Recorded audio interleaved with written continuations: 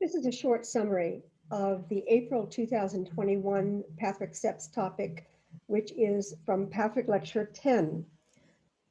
Patrick Lecture 10 was originally what we call a Q&A. It was an opportunity to ask questions. And the guide very often started such sessions with a short discussion, a short outline of a topic that didn't need an entire evening, an entire lecture. And then people were invited to ask their questions. So Patrick Lecture 10 wound up with two titles. First, covering the topic that the guide brought up first, which is Earth as a reflected reality versus reality.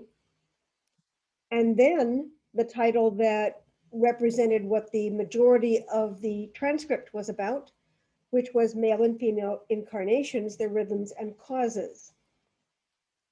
Now, the Q&A lectures were given alternately from standard topic meetings, meaning the guide would have an entire lecture, a long lecture, 45 minutes to an hour 15, where he would talk. Some questions might be invited at the end of that lecture. Then 2 weeks later, there was a Q&A session, and any question you want could be asked at that time. The Q&A lectures, the alternating format, wasn't kept up precisely, but in the beginning, this was the format. So this was a Q&A session. They're hard to catalog. The topics came out of left field, things that were talked about, never talked about in a main body of a lecture, were very often brought up in a Q&A session. So there's even an entire index of topics only involving Q&As. So you can find them, they're hard to find. The initial topic that the guide brought up, Earth as a reflected reality, has to do with male and female incarnations. So I brought the two together and I named week 1 with that mini topic, and then the other 3 regarding the incarnatory. One of the reasons I selected this lecture is this is the month, and depending on the calendar, Passover and Easter happened both in this month. That means a lot of people on vacation, a lot of people are not attending meetings or necessarily doing the same level of self-study as they might ordinarily. So I thought to slip this in as an interesting discussion item. So it's wide ranging. There's a lot of text in the study guide. It gets very complicated because people are bringing up things, topics, questions that by themselves could involve 2 or 3 pages of transcript, and the guide answers quickly and moves on. So that's one aspect. The other is this is Pathwork Lecture 10 out of 258. So the lectures were just getting going. A lot of information was being given out. The framework of pathwork, the cosmology, what the guide, I don't want to say believed in, what the guide presented as truth, which may differ from what society or religious beliefs might hold. So that the first 25 lectures, some call them mystic lectures. There's a batch of them that we call the creation lectures because it's about the creation and purpose of the earth and the spiritual arc that the earth may go through. But they're quite different than the rest of the lectures, which involve how to be a human being on the planet with a spiritual divine being manifesting at the same time. So male and female incarnations, their rhythms and causes, 4 subtopics for the month. The first was Earth being a reflected reality versus actual reality. Second, gender is a reflection of spiritual split, a spiritual split. Third, human misunderstandings about spiritual perfection. And fourth, paradoxes in the incarnatory process. I like these lectures, these early lectures, because it takes things apart and it analyzes and separates and helps me to understand why certain terminology is used and certain fundamental perspectives are used that continue throughout the lectures. So the first, Earth as a reflected reality versus reality. What the guide is proposing is that what we see on the earth, while we can touch it, while we have a sensory feedback mechanism with things on the earth, it is only a reflection of spirituality. We can't see spirituality. We cannot see thoughts and feelings. They're not concrete to us, they're abstract. And yet they're energetic and we have a sense of them, but it's much more vague than how my hand moves through the air or the things that I touch. At one point, the guide talks about thoughts and feelings. Each thought, each feeling creates a world of its own. And I was entranced by this. And the demonstration that I came up with was I would get soap bubbles and I would talk and blow soap bubbles at the same time, trying to give people the feeling of, as I speak, my thoughts and my feelings are creating spiritual structures and form. And the human mind, being dualistic, says, how can they exist where we exist? The world must be crowded like a situation comedy of an overflowing washing machine and suds up to here. How can we coexist with all these thoughts and feelings? But they can coexist because there's not a duality in spiritual on the spiritual plane, so that a thousand things can occupy the same space because space doesn't exist in spirit. Space is a measurement device that we have here on the planet as manifested human beings with density. Spirit has no density, and yet it has form and structure. So, a dozen times during this lecture, the guide, in very poetic terms, says words are not going to do it for you. This has to be felt and it has to be experienced because words themselves are dualistic and they won't give you all the information you need to understand. Another way I try to explain it is when the human mind tries to understand spirituality, it wants to bring spirituality into the limitations of the human mind. So we can't hold it. We can't hold all the complexity and variation of spirit. In another lecture, the guide describes that in spirit there are many, many more dimensions than we experience here on the planet. Let's say we experience 6 dimensions here, the sixth sense being a sixth dimension. And yet there are 3, 4, 5, 10 times that many dimensions in spirit. So that what we know in spirit may be difficult to express here on the planet.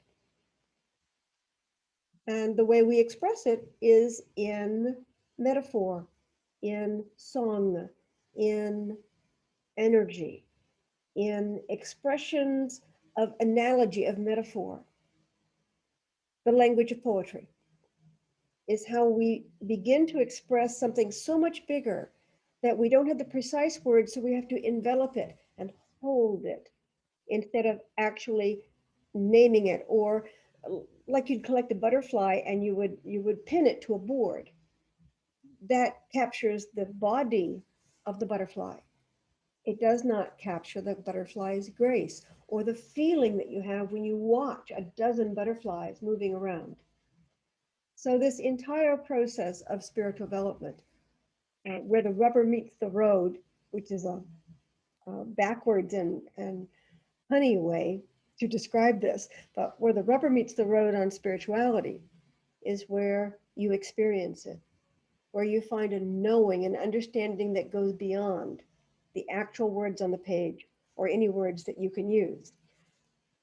It's fun. It enlarge it to me. It enlarges my universe. I get a sense of not infinity, but of spaciousness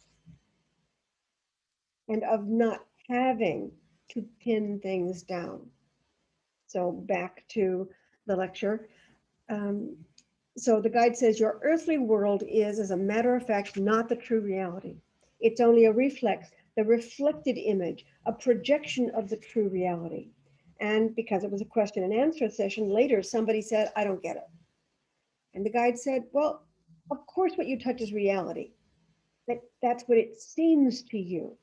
When you touch a mirror, it's also real. You feel the mirror. But when you see a reflection in the mirror, if you don't know anything else, you think that what you see in the mirror is real when it's only a reflection of something else. And so that's the sense in which I invite you to read this first portion. The second portion was where the guide was talking about gender is a reflection of a spiritual split. So he speaks of the male and female principle. There are 5 or 6 other lectures on male and female principles. The guide uses the word passive in this lecture. In another lecture, he speaks of the female principle as not passive but receptive. Perhaps it's a better word, and they found that to be a better word later on. Here he uses the word passive, but not in the negative sense that we understand passive to be. That the feminine is an openness, a receptivity, and that the male energy is creation or activity. So there's a balance of active and passive in their positive, and then there can be disharmony because the active is distorted. It's got a forcing current. It's trying to do something instead of following eros and following its inner guidance. And the female can have distortion because it's static or passive in the sense of withholding rather than simply being ready and receptive, integrating. So in the balance of active and passive, which we also studied the month before in Empathic Lecture 146, it was part of my inspiration to dive back into this topic. So gender is a reflection of the spiritual split that we have from the beginning of time. And the guide speaks of people as being representations of a unified spirit that were split at one point. And in another lecture, Patrick Lecture 20 on the creation, guide goes a little further and says this is a divine counterpart, which we have translated to mean our soul mate, our complement, and the person that you must meet. In Pathwork, there's more nuance to it, or in the Pathwork teachings, there's more nuance to it. And that is that, yes, you're part of a whole. It's a yin yang. It can never be fully separated, but it has a split because both portions carrying male and female qualities each may have more of one than the other. And there is a self-development that's going on with both halves. So that the text says that you can meet your complement, you can have a life with your complement. But the developmental process does not demand that the two of them march in lockstep through life. So this is an explanation for that longing for the other part of you, the rest of you, that feels met in another being. Now, male, female is, at one point the guide talks about a ball that has both male and female qualities for an individual, and it's unevenly divided. And the idea is that you may need to emphasize one quality, but you may be the gender of the other quality. So what I'm stressing here is that it is important to appreciate the nuances here and not to look for an answer, not to say, oh, that's what I am. So later on, the guide talks about switching genders between incarnations or switching genders between explorations, because if you don't believe in multiple lives on this planet, then it's likely that you would believe in educational processes in the world of spirit where you learn things, where it's not over when you're done being a human being, that self-development and education would proceed. And there might be a re-emphasis of what we call gender, the balance of male-female in those learning situations. To get not abstract about it, look at your own life, where you have been more active at certain points and then more receptive or waiting or holding at other points. Now, you might have been active for 9 years, receptive for 1, but that's not important. The idea is that there's a balance and it is unique to you. So that gender is a reflection of this split in spirit that we're all healing. And we're healing it in different ways, in different cycles, different arcs of development. Now, the one thing that is said is that, but in general, that which causes more difficulty should be practiced more often because the need may lie in that area to establish the balance. This is a place where there's a dualism about our understanding of happiness. Last week, when we were working with Patrick Lecture 146, there was a segment that talked about distortion of, sorry, the distortion of wanting peace versus willing to be in a state of being. Now, those words may sound so similar, it's hard to figure out what the difference is. But peace is usually understood as an absence of conflict, where being is being present with what is. What is? Conflict or no conflict? It is a form of peace. It is at peace with what is. But when we talk about peace, we are normally talking about no war, no conflict. So this is the place where if we're looking for an answer, if we're looking for comfort, we may try to avoid an area that actually needs development. So think of it like physical therapy. If you've ever injured a muscle and had to go to physical therapy, they want you to move the muscle that hurts. And you would much sooner move the muscle that doesn't hurt. But of course, that's not the problem. The problem is the muscle that hurts has to be stretched and it has to be retoned. And the nerve endings have to literally learn how to reconnect so that you can control it. Spiritually, that's a mirror of spiritual work. So sometimes we need to work where we are uncomfortable. And the same would have to do with gender. So that somebody could be born female so that they would have an anchor of some kind as they explored their active. The female might keep them from becoming purely male active because they would have this elemental quality of female and vice versa. So the questions are fascinating and the topic is fascinating. It's a little wordy, but I certainly invite you to take a look at it. In week 3, we looked at human misunderstandings about spiritual perfection, meaning that the short version would be everything's perfect, but it's not perfect in the sense of no conflict or I am happy. It's perfect in the sense that we are given what we need to work with. So again, the other reason I thought that this exploration of gender was interesting is in my family. There's a member of my family who is exploring non-binary. And we are supportive of that desire.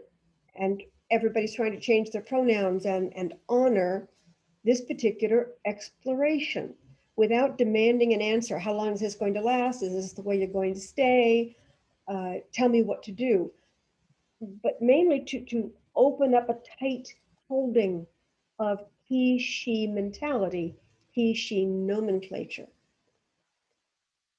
Spiritual perfection is about being born something and yet feeling an urge to be something else and finding the perfection of that potential conflict, but also that potential integration. The other aspect of this is that there is paradox and contradiction. There's a limitation in words. And here's where the guide continues to say, words are always also in this area lacking perfection. You will always realize that a grain of truth is even in two apparently contradictory concepts. This is also the question of whether the sex changes between several incarnations. It may not. Since we don't know about those other incarnations, except in an abstract way, you may have a personal knowing, but there's no proof. We have to rely on our knowing of who we are. If we have a knowing of who we've been, that is somewhat abstract. We can believe in it like any belief system. The idea is that whether or not that's true, the idea may be true. The desire to have been something and moving on to something else may have a grain of truth in it. So this is not about who's right and who's wrong, but more about exploring what your current circumstance means to you. So that if you are called to explore non-binary, that you look at what that might rebalance in you. And being out of balance during an incarnation is very uncomfortable. And we may never know why we're so far out of balance. And this is where faith comes in. We need to believe in ourselves. So in the last section, paradoxes in the incarnatory process, the guide speaks of how there are no coincidences, nothing is left to itself. And I'm going to read here that when it says in the Bible that God has counted each hair on your head, it is no exaggeration, my friends. This saying is to be understood in this sense. Every smallest detail has to correspond and has a meaning, a much deeper meaning and significance than you can possibly imagine. Symbolism is not the way humanity thinks. Humility is important when doing this work. And that's why I was talking a bit about you can't know precisely what your past incarnations were or what your next incarnations may be. So we're back to faith. You have faith in something and you bring it in and you act according to that faith and you see how it works. And that's where ultimately what the guide says is look at the harmonies and disharmonies in your life. Where you are harmonious, see if you can notice how you have a balance that works for you, that you honor, and that is kept organic. A balance means that if it needs to go a little further or come back a little bit, you're willing to adjust rather than putting a point on a chart and saying, that's it, that's what I've decided, that's my goal, and that's what I'm going to go for. You allow that to be open and flowing so that that can be changed as needed as your life unfolds. So that we are responsible for noticing what works, understanding why it works so that we can repeat it. And then we look at the disharmonies in our lives and we look at why those are disharmonious. We try to find the common denominators, where that relates to other things that are disharmonious. A lot of people who do this work with me, we are focusing on what doesn't work. And sometimes that takes up all the available oxygen in the room, that takes up all our focus time. It is important to step back and realize how many things in life go well. I have never met anyone for whom a lot of things aren't going quite well. The dilemma is they don't notice them because they don't need any attention because they flow. It's a little bit like when you get a sore throat and you can't swallow and you realize how difficult it is, the simple act of swallowing. You have to work at it and strain at it. Or when you hurt a finger and you realize, wow, that finger did a lot of work because every time I try to do something, I'm having an awkward time because that finger is not there to help me when I never noticed how much work it did. So the invitation is to look at what works and what doesn't work, and to go ahead and work on what doesn't work, to give it the attention it needs, but to be aware that you can borrow the success of the areas of your life that flow to help the areas of your life which may feel stuck. So paradoxes in the incarnatory process, where I use this is I have found it very useful when I'm angry at myself or frustrated, and I believe I've done something foolish or stupid, to say there are no mistakes, no accidents, no coincidences. Everything is there to teach you something. What can you learn? Well, I don't want to learn that. I can empathize with my own inner self. I don't want to learn it either, but it may still be necessary.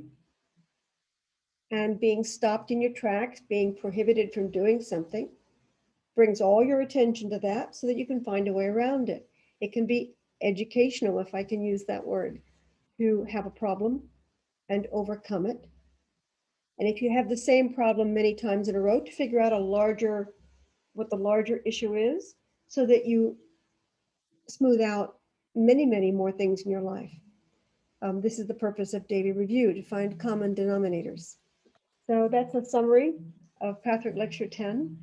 Um, if you're interested in a little level of mysticism in the Patrick Lectures, I recommend it. And hope you do download the lecture and read it. Thanks for listening.